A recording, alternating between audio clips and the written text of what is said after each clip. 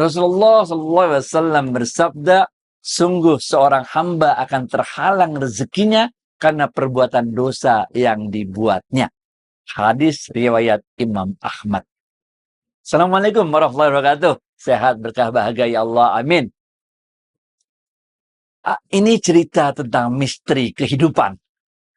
Rasulullah SAW mengatakan ada 3 tahapan janin di dalam rahim ibu. 40 hari pertama disebut tahapan nutfah. Tahapan ini ada tahapan ketika dia berbentuk jasad.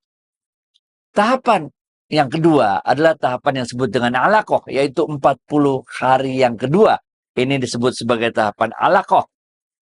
Pada tahapan inilah dalam hadis riwayat Imam Muslim disebutkan pada umur janin 42 hari malaikat turun meniupkan nyawa ke dalam janin tersebut. Maka berubahlah statusnya dari jasad menjadi jasad ditambah dengan nyawa.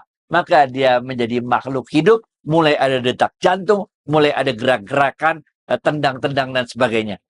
Dan tahapan yang ketiga, ini dalam tahapan mudghah. 40 hari yang ketiga, yaitu ketika di hari ke-120 itu, malaikat turun lagi dan meniupkan ruh ke dalam janin tersebut. Nah ini, pada saat itulah ditentukan ajal kita, rezeki kita, jodoh kita.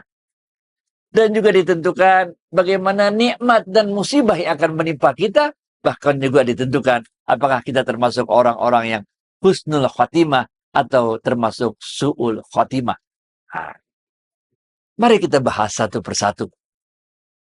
Ketika disebutkan, misalnya kita ambil contoh sekarang mengenai rezeki. Rezeki kita udah ditakdir, nggak bakal ketukar. Iya. Tapi Rasulullah SAW juga mengingatkan kita pada hadis yang kita kutip di depan. Dosa-dosa yang kita perbuat itu akan menghalangi datangnya rezeki. Rezekinya nggak dikurangin, tapi terhalangi atas dosa-dosa yang kita perbuat. Nah ini. Apabila kita telah mentobati dari dosa-dosa yang kita perbuat itu, maka pintu rezeki, penghalang rezeki itu akan terbuka kembali dan kita akan menerima rezeki yang telah menjadi ketetapan Allah pada diri kita. Oke? Kemudian Allah mengajarkan dalam Al-Quran, innal hasanat yuzhibna sayyi'at. Kita ikuti taubat kita itu dengan perbuatan-perbuatan baik, maka ini akan mengundang rezeki yang lebih cepat lagi datangnya kepada kita. Oke. Apabila yang kita lakukan itu adalah dosa-dosa yang besar. Ini lain lagi. Ketika kita melakukan dosa-dosa yang besar, maka pertama kita bertobat kepada Allah. Ya. Namun pintu rezekinya tidak langsung terbuka sebagaimana kalau kita melakukan dosa-dosa kecil. Untuk dosa-dosa yang besar, ini rezekinya tobat setelah tobat, kemudian kita ikuti dengan perbuatan-perbuatan baik, rezekinya memang tidak langsung terbuka, tapi dia akan dilambatkan, diseretin rezekinya itu datang ke kita. Supaya apa? Supaya kita benar-benar taubat. Kalau dalam istilah kita tuh kita sebut sebagai tirakat tuh, menjalani laku batin, laku spiritual, untuk betul-betul kita taubat atas dosa besar yang kita lakukan tersebut, sehingga kita tidak akan melakukan lagi dosa besar tersebut.